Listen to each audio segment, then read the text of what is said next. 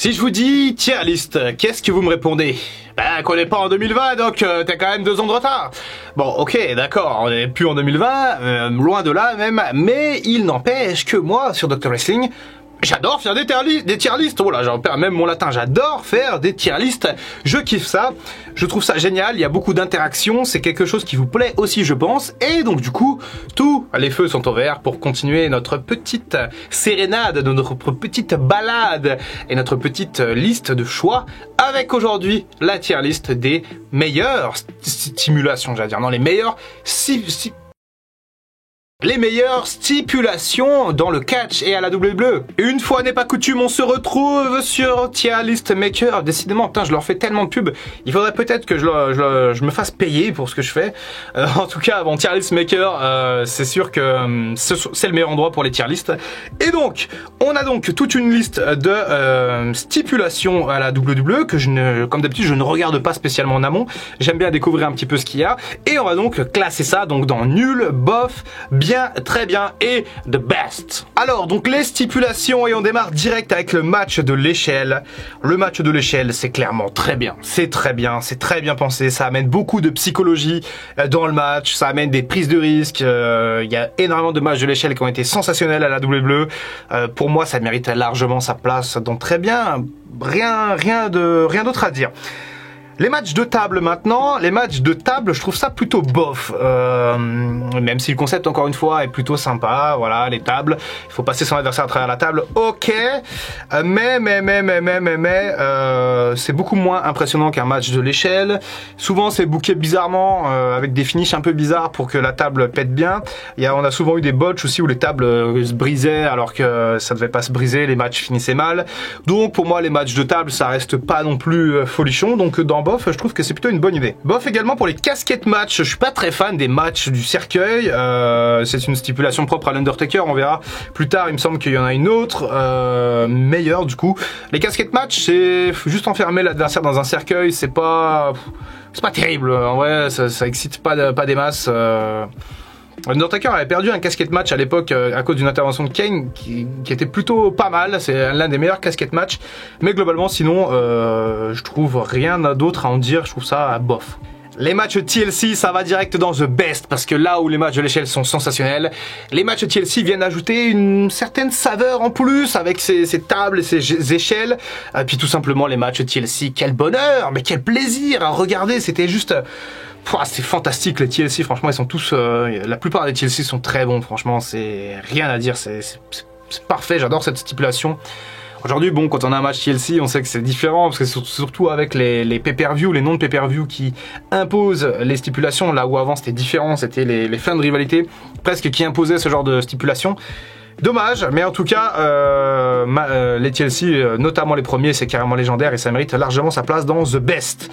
First Blood, alors First Blood match, moi je trouve ça bien. Je trouve ça bien, alors certes c'est un peu tiré par les bûches, mais quand je regardais des matchs First Blood, surtout pendant l'Attitude Era, parce que c'est là que cette stipulation est arrivée, comme beaucoup d'autres d'ailleurs, on va le voir dans cette tier list, les First Blood, moi j'aimais bien ce First Blood là, je crois que c'est un match entre Stone Cold Steve Austin et Kane. Kane il pouvait quasiment pas saigner avec son masque sur la tête, et donc il y avait beaucoup d'intensité, beaucoup de suspense, et j'avais clairement adoré ce First Blood match là entre Kane et Stone Cold. Il y a plusieurs autres First Blood qui sont assez intéressants, même si c'est une rivalité qui a pas beaucoup été utilisée, hein. C'était exclusif à l'Attitude Era quasiment, mais c'était plutôt pas mal. Elimination Chamber, j'hésite, attendez, instant réflexion. One eternity later. En fait, je suis embêté pour les 2 prochaines stipulations parce que à la base c'est un truc incroyable, mais ça a été un petit peu lissé avec les années, on va dire, ce côté trash. Du coup, les deux, alors je vais en parler en même temps. Du coup, Elimination Chamber et Hell in a Cell, ça a été lissé pour préserver un peu les catcheurs, parce que c'est vrai que les structures à la base étaient quand même assez violentes, hein. Il n'y avait pas de tapis, c'était directement sur le métal, ça prenait des gigabumps, mais aussi ça a été lissé dans la manière où, un peu comme le TLC d'ailleurs, le fait qu'on a maintenant des pay-per-view avec cette stipulation fait qu'on attend le match et qu'on perd en excitation. En fait, on perd clairement. Les Elimination Chamber de 2003, 2004, 2002, 2005 jusqu'à 2008, c'était incroyable. Et ensuite, après, une fois que c'est passé au show toutes les années, c'était beaucoup moins savoureux. Pareil pour les Hell in a Cell, 97, tous ces 2000, Armageddon 2000, enfin bref, tous ces trucs-là, c'était incroyable quand on avait un Hell in a Cell. Et ensuite, une fois que c'est passé, après 2009 d'ailleurs, Hell in a Cell, pendant longtemps, ça a été le pinacle des rivalités. Je pense à Batista, Undertaker, je pense à Triple H, Shawn Michaels, bref, il y a eu énormément de Hell in a Cell incroyables. Et une fois que c'est passé en mode full pay-per-view, c'est plus pareil. Donc je vais m'en tenir simplement à mon idée de base, en mode la stipulation en elle-même, peu importe ce qu'on en a fait après. Elimination Chamber, c'est très bien, c'est super bien comme idée. Et Hell in a Cell, ça fait partie de The Best. Ça fait partie de The Best parce qu'on peut créer, on a créé d'ailleurs tout un scénario avec le Hell in a Cell, cette chambre de l'enfer avec l'Undertaker qui referme derrière lui. Pour moi, Hell in a Cell, c'est encore meilleur que Elimination Chamber. C'est vraiment tout simplement magnifique, Hell in a Cell. Et je regrette un petit peu que ça a été édulcoré avec le temps parce que j'aurais kiffé avoir toujours cette même sensation de frisson quand je regarde les premiers Hell in a Cell. C'est incroyable. N'hésitez pas à regarder, ça donne des frissons. Et alors que là, maintenant, aujourd'hui, match en cage, c'est bien, dans l'idée c'est pas mal, s'extraire de la cage pour gagner, ça te permet d'avoir des scénarios quand même assez divers et variés, c'est plutôt pas mal, les matchs en cage, c'est pas toujours excellent, mais bon c'est bien, voilà, ça mérite sa place de bien. Punjabi Prison Match, oh là, l'enfer, c'est nul, putain c'est nul, déjà il y a 3 couches de cage, souvent c'est les matchs avec le Great Khali, avec Jinder Mahal, ça reste un truc indien, c'est fun entre guillemets, c'est original d'une certaine manière, mais oh, qu'est-ce que ça rend mal? Qu'est-ce que c'est que ça? Oh, Parking Lot Brawl! Oh, Parking Lot Brawl, j'adore. J'adore Parking Lot Brawl. C'est baston dans le parking avec des bagnoles et tout. John Cena, Eddie Guerrero, John Cena, JBL, je crois aussi. Ou Eddie Guerrero, JBL, je sais plus. On en a eu quelques-uns. De Parking Lot Brawl, une stipulation plus de la Ruthless Aggression era à ce moment-là dans les années 2000, avant de passer à la PG era. Moi j'aimais bien les Parking Lot Brawl, ça n'existe plus trop, mais je trouvais ça fun à chaque fois. Ils inventaient des trucs assez fun, et les quelques matchs qui existent en Parking Lot Brawl, c'est plutôt pas mal. Très bien également Inferno Match, j'aime beaucoup les Inferno Match avec le feu autour, ça m'a toujours assez intrigué, émerveillé d'une certaine manière, un peu fait flipper quand MVP a pris feu en 2006 après son Inferno Match contre Kane, mais j'aime bien avec le feu autour, je trouve que ça rend vraiment très bien, franchement les Inferno Match c'est plutôt joli, c'est plutôt agréable à regarder. Ah ça c'est le Scramble Match, c'est bof, en gros pendant 20 minutes t'as 6 catcheurs qui se battent pour devenir champion, là on a par exemple de Brian Kendrick c'est marqué double bleu champion, ok, mais en fait il l'a jamais été. Ça a été un double bleu champion temporaire, puisque au bout de 20 minutes en fait c'est celui qui a eu le pin final qui est champion, et souvent ça donnait lieu à du booking un peu improbable. J'ai jamais trop aimé les Scramble Match, d'ailleurs on a eu 2 je crois, il me semble, juste en 2007 à Unforgiven, ou quelques-uns après à SmackDown, mais c'était pas terrible. Beat the Clock Match, ça c'est plus intéressant déjà. Beat the Clock Match, c'est plus intéressant, c'est en gros combien de temps ils vont mettre pour gagner le match, et celui qui met le moins de temps du coup gagne un truc en particulier, donc c'est déjà plus intéressant que le Scramble. Buried Alive Match, oh là, j'adore cette stipulation, je vous le dis, j'adore, c'est juste super. Alors c'est peut-être un peu trop de le mettre dans The Best, mais moi j'adore les matchs Buried Alive, ils sont incroyables, souvent bon c'est avec l'Undertaker. Il y a toute une histoire racontée, des gros clips de présentation avant les matchs. Buried Alive Match, il y a donc Undertaker Mankind qui me revient. Il y en a d'autres, il y a Undertaker Kane, Survivor Series 2003. Et en fait, à la fin, c'est le catcheur, il doit se faire enterrer. C'est tout un mécanisme en plus. Le catcheur, quand il est mis dans le trou, pour s'en sortir, après il y a une espèce de trappe. En plus, c'est assez dangereux comme truc. Enfin, s'il se loupe, le mec peut finir enterré vivant pour de vrai, quoi, et mourir, quoi. Donc, c'est vraiment super, et ça a donné lieu à des matchs extrêmement beau à regarder. Et puis pour l'époque, pour les années 90, tu voyais un mec se faire enterrer, c'était super. Et là t'as cette main de l'Undertaker dans ce match à In Your House contre Mankind en 96 il me semble, où à la fin il se fait enterrer et puis il sort sa main comme ça, et le show se termine là-dessus. Oh c'était trop bien, putain, je veux retourner à cette période, j'en peux plus de voir Happy Corbin contre Matt McAfee ou ce genre de choses. J'en peux plus les amis, je veux voir autre chose. Empty Arena Match, je suppose, à moins que ce soit I Quit. Alors attendez, je prends un instant pour regarder. One eternity later. Non, c'est bien ça, c'est un empty arena match entre le Rock et Mankind à l'époque. Le High Quet, c'est une autre stipulation.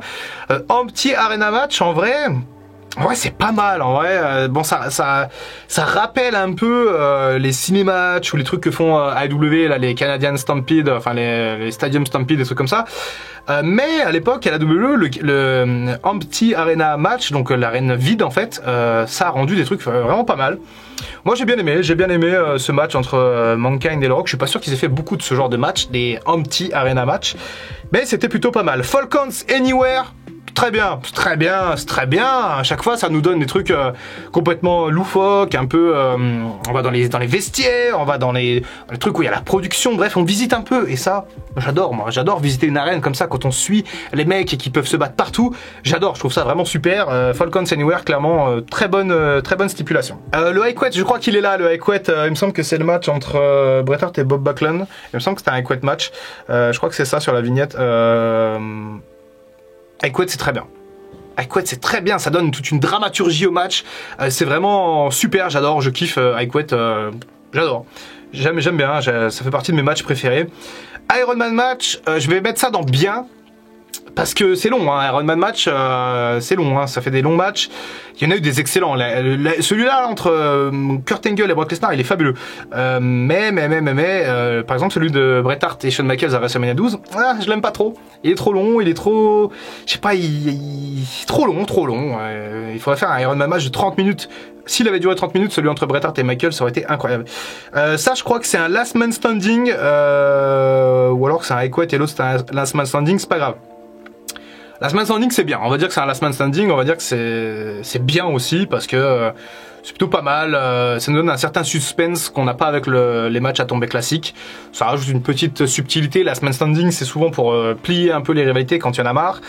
Donc voilà, c'est bien. Allez, on poursuit du coup avec le strap match. Le strap match ou dog collar match, ça dépend. Je trouve ça bof. C'est pas spécialement très excitant.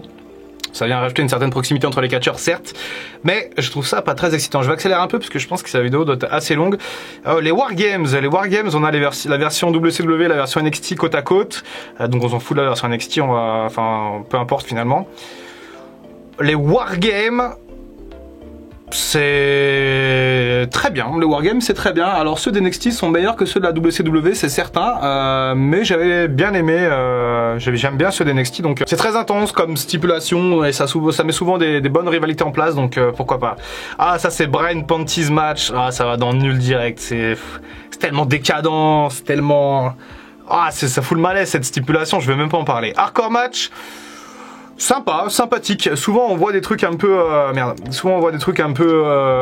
Enfin on voyait des trucs un peu fun dans les matchs hardcore. Bon je suppose que ça prend aussi les matchs Extreme Rules, No Hold Barred. Quand il n'y a pas de règles souvent c'est qu'il va y avoir de la triche ou des trucs comme ça.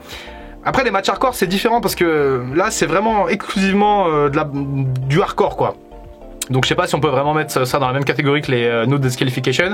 C'est bien, tant qu'il n'y a pas de règles, moi j'aime bien, c'est pas très bien, mais c'est plutôt pas mal. Match de soumission, ça ressemble un peu à High Quet. Là on va être un peu biaisé parce qu'on a le Austin Bret Hart de 97 qui est fantastique, mais je préfère le High Quet en soi, et le High Quet il est là il me semble, donc il est à côté du match de soumission, donc voilà pour moi il n'y a pas spécifiquement beaucoup de différence. Donc on va rester là-dessus. Cinématch, très bien Cinématch, très bien, c'est super. C'est une très bonne idée qu'ils ont eu de faire des cinématchs à la WWE en attendant du coup que les fans reviennent. C'était vraiment très bien. Bah alors là les amis on arrive sur des stipulations où je ne sais pas ce que c'est tout simplement tous ces trucs là.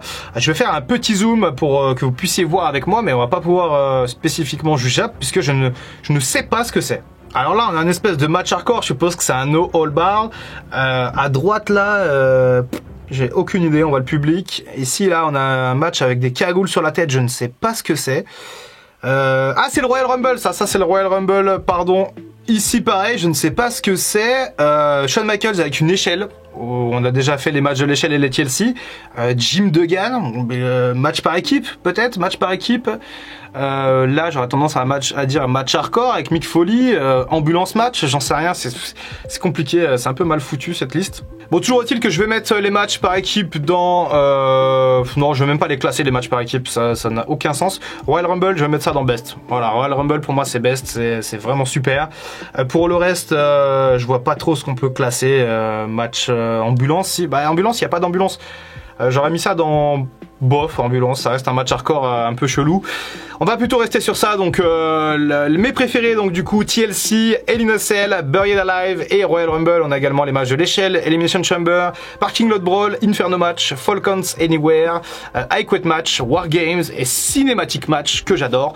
Et après ceux que j'aime pas trop, Punjabi Prison Match et Brian Panty qui fort heureusement n'existe plus. Voilà pour ma tier list de mes stipulations préférées, je les ai classées. À vous maintenant de me dire dans les commentaires quelle est votre stipulation très préférée et celle que vous trouvez la moins bien, la plus surcotée. N'hésitez pas à vous lâcher dans les commentaires comme vous le faites habituellement, j'adore vous lire. C'était Dr Wrestling, on se retrouve très bientôt pour de prochaines vidéos et en attendant, comme d'habitude, prenez soin de vous.